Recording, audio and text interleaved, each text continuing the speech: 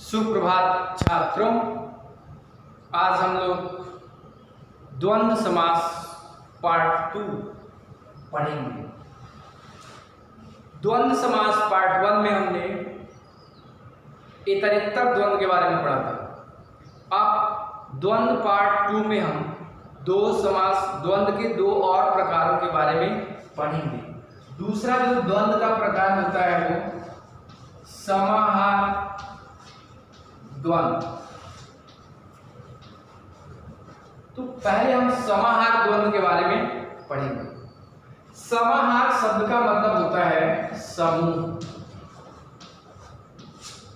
समूह का मतलब होता है कि एक ग्रुप का मीनिंग दे, एक ग्रुप का जो है वो मतलब दे, उसको हम क्या बोलते हैं? समाहार या समूह बोलते हैं। तो इस समाहार द्वंद्व में आपके जो है वो दो शब्द होते हैं और दोनों शब्द मिलकर एक समूह या एक ग्रुप का बोध कराते हैं या एक ग्रुप का वो क्या करते हैं? मीनिंग बताते हैं। मतलब शब्द दो होते हैं लेकिन दोनों मिला करके एक किसी समूह को इंडिकेट करते हैं या एक समूह को जो है वो निर्देशित करते हैं या उसके बारे में बताते हैं। ठीक, अब इस समाहार द्वंद्व के कुछ नियम होते हैं। इसमें जो पहला नियम होता है वो यही नियम होता है कि प्रत्येक पद मिल करके एक सामूहिक अर्थ या सामूहिक मतलब को प्रकट करता है। दूसरा, समाहार द्वंद्व में जो समाहार द्वंद्व का समस्त पद बनता है वो हमेशा नपुंसक लिंग और एक वचन में होता है। ठीक, जैसे एक उदाहरण लिखते हैं आपके सामने हम।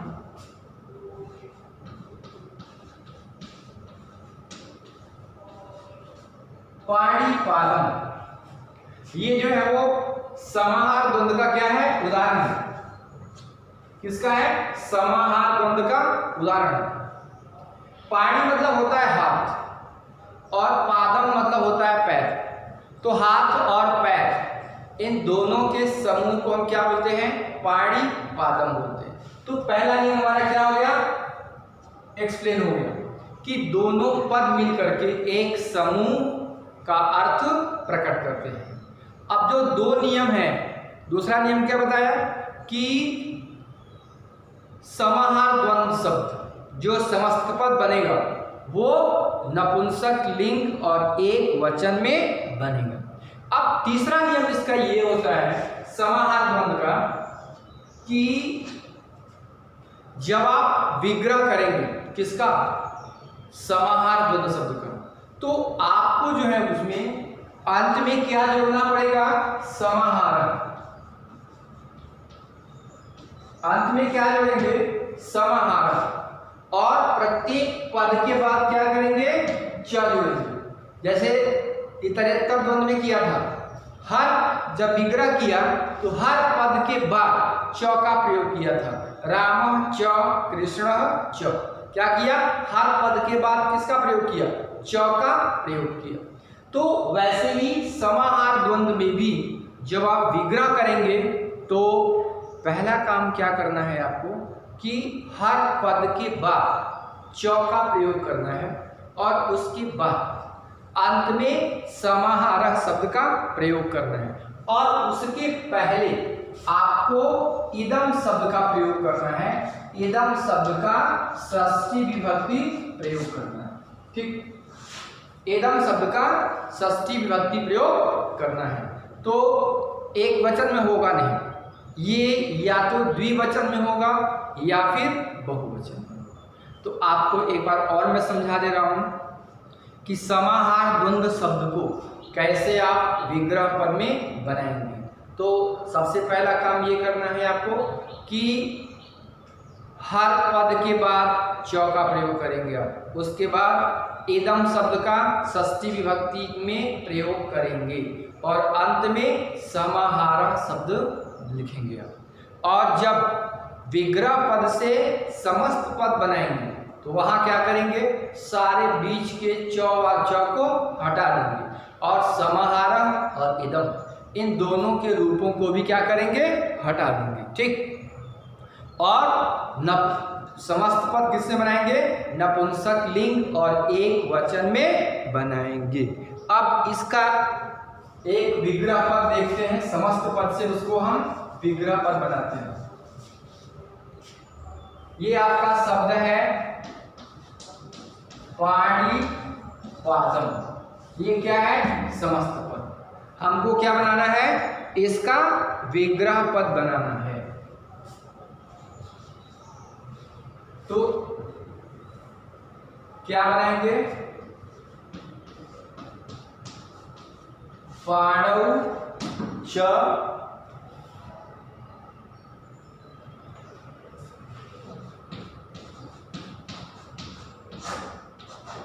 पादौ च तेषां समाहारः।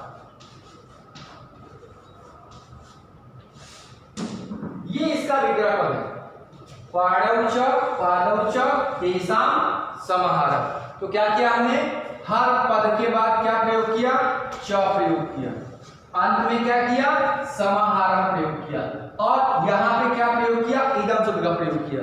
इदम शब्द का षष्ठी विभक्ति बहुवचन में प्रयोग किया, क्योंकि पाणौ मतलब दो हाथ हो गए और पादौ मतलब दो पैर हो गए। तो दो हाथ और दो पैर मिलके कौन से वचन में आ गई है, बहुवचन में आ गई। अब जब इसका विग्रह पद करना होगा तो क्या करेंगे, इसको तेषां समाहारः, इनको कट करके यहां से हटा देंगे और यहां से च और यहां से च को हटा देंगे और फिर पाणी पादम हम लिख देंगे। अब एक और लेते हैं,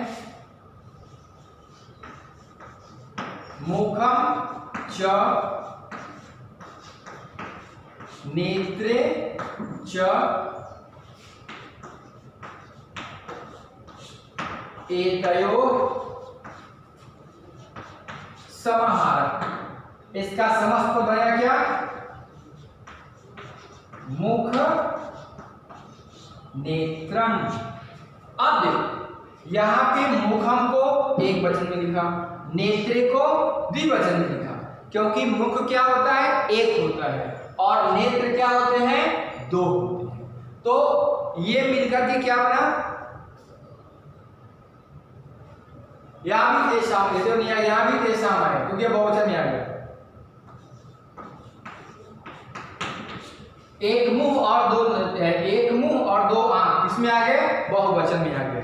तो मुखम च नेत्रे च तेषां समाहारः, ये है विग्रह पद। हमने क्या बनाया इसका समस्त पद। तो क्या किया, यहां से च को हटाया, यहां से च को हटा दिया, तेषां समाहारः को भी हटा दिया और फिर क्या किया, इसको नपुंसक लिंग में लिख दिया, मुख नेत्रम। तो देखा आपने कैसे हमने समस्त पद से विग्रह पद बनाया और विग्रह पद से समस्त पद को बनाया। अब एक उदाहरण और लेते हैं, हस्तपादम। हस्तपादम तो क्या है, पहला पद क्या है, हस्त, दूसरा क्या है, पाद।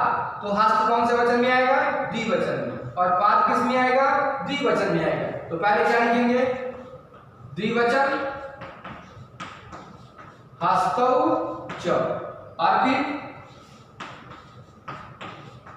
पादौ च, और फिर लास्ट में क्या लिखेंगे, तेषां समाहारः। ठीक। तो ये आपका समस्त पद है और ये क्या है, विग्रह पद है। तो समस्त पद से विग्रह पद कैसे बनाया, देख लिया, हाथ दो है, पैर दो है, तो इनको भी लिखा द्विवचन में और इनको भी लिखा द्विवचन में, और हर शब्द के बाद च का प्रयोग किया, और दोनों में किस वचन में आ गए, बहुवचन में आ गए। तो क्या लिख दिया, तेषां समाहारः।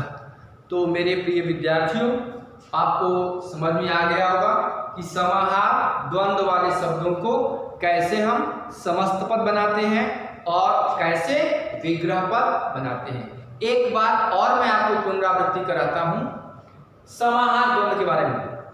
पहला बात कि समाहार द्वंद्व हमेशा नपुंसक लिंग और एक वचन में होता है। दूसरा, दोनों पद मिलकर के एक समूह या एक ग्रुप को बोध कराते हैं। तीसरा, जब विग्रह पद करते हैं तो हर पद के बाद च का प्रयोग करते हैं। तीसरी बात, शब्दों की संख्याओं, पूर्व पद और उत्तर पद, इनकी संख्याओं को देखकर शब्दों के साथ इदम शब्द का षष्ठी विभक्ति प्रयोग करते हैं और अंत में समाहार लिखते हैं। और जब विग्रह पद से समस्त पद बनाना होगा तो वहां क्या करेंगे, पहले च को हटा देंगे, उसके बाद तेसाम समाहारा को भी हटा देंगे और जो पहले और दूसरे पद में वचन को लिखा है उनको भी हटा करके दोनों को जोड़कर नपुंसक लिंग में लिखेंगे। अब हम द्वंद्व समास के तीसरे प्रकार के बारे में पढ़ेंगे। इसका तीसरे प्रकार का नाम है एक शेष द्वंद्व। एक शेष द्वंद्व, इसका नाम ही बताता है कि इसमें क्या होता है। तो द्वंद्व समास में क्या होते हैं, दो या दो से अधिक पद होते हैं, लेकिन एक शेष द्वंद्व में केवल दो ही पद होते हैं। और उसमें भी इसका पहचान ये होता है कि इसमें एक पद पुल्लिंग होता है और एक पद उसी पुल्लिंग का स्त्रीलिंग होता है।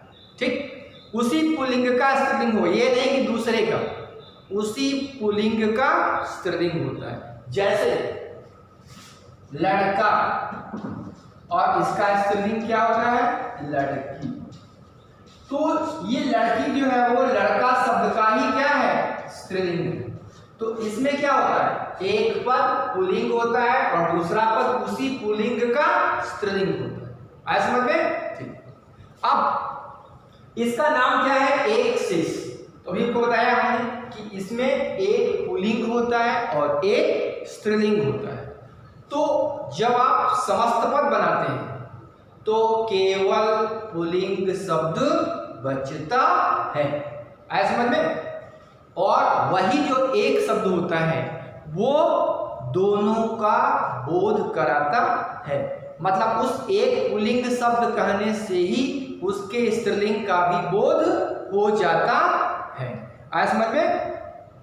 तो जब आप विग्रह पद से समस्त पद बनाएंगे तो पहले क्या करेंगे, च को हटा देंगे और दूसरा काम स्त्रीलिंग शब्द को भी हटा देंगे और जो पुल्लिंग बचेगा उसको द्विवचन में आप लिखेंगे। तो शायद आपको ये समझ में आ गया होगा। जैसे अगर हम लिखते हैं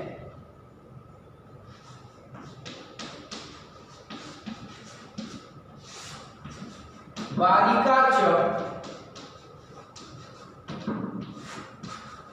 बालका च, तो आपको पहचान लेना है कि जिस समास में एक पुल्लिंग दिया हो और एक उसका ही स्त्रीलिंग दिया हो उसमें एक शेष द्वंद्व समास होता है। यह है इसका विग्रह पद। आपको क्या बनाना है, समस्त पद। तो क्या करेंगे, फर्स्ट थिंग च को हटा देंगे। फर्स्ट वी विल रिमूव च word and then string word also you should try to remove from here. What will remaining? Only बालक। तो क्या करेंगे, बालक को द्विवचन में हम लिख देंगे। तो ये क्या बनेगा, बालक। समझ में? तो बालक च बालिका च, इसका विग्रह समस्त पद क्या बनेगा, बालक। ठीक, अब लिखते हैं ये समस्त पद है कौन सा, पितरम। पितरम मतलब होता है माता और पिता। माता और पिता इन दोनों के समूह को क्या बोलते हैं, पितरौ। तो इसमें क्या आएगा, माता च और पिता च। तो क्या कर दिया, च को रिमूव किया एंड देन माता also remove, only what will remaining, पिता। पिता किसमें लिखेंगे, द्विवचन में हम लिख देंगे। तो ये आपका बन जाएगा क्या, पितरौ। फिर लिखते हैं अगला पुत्रौ। तो पुत्रौ से क्या इंडिकेट होता है कि पुत्री और पुत्र दोनों को क्या बोलते हैं, पुत्रौ। एक पुत्रौ शब्द से दोनों का बोध हो जाता है। तो पुत्रौ क्या बनेंगे, पुत्री च और पुत्रः च। क्या किया, च को रिमूव किया और पुत्री को रिमूव कर दिया और पुत्र को द्विवचन में लिख दिया। फिर आता है कौन सा, अभिग्रह पर लिखते हैं भ्राता च और भगिनी च। ठीक, स्त्रीलिंग कौन सा है, भगिनी। इसको यहां से क्या करें, कट कर देंगे, हटा देंगे। फिर च को निकाल देंगे, बचा क्या, भ्राता। इसको द्विवचन में लिख देंगे तो ये क्या बनेगा, भ्रातरौ। तो भ्रातरौ मतलब क्या होता है, भाई और बहन।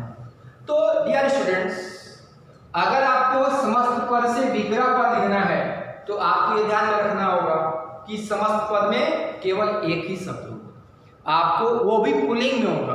तो उसका स्त्रीलिंग क्या होता है वो आपको मालूम होगा। तो पहले स्त्रीलिंग को लिख सकते हैं या पहले पुल्लिंग को लिख सकते हैं। तो पहले पुल्लिंग को लिखेंगे, फिर च लगाएंगे, फिर स्त्रीलिंग लिखेंगे और फिर च लिखेंगे। और जब समस्त बनाना होगा तो पहले च को हटा देंगे और फिर स्त्रीलिंग शब्द को हटाएंगे और जो पुल्लिंग बचेगा उसको द्विवचन में लिखेंगे। So my dear student, I think very clearly you have understood the द्वंद्व समास। सो for upcoming videos try to subscribe my channel so that you can get information of my upcoming videos. Till the time, be happy and be cheerful. Have a nice day.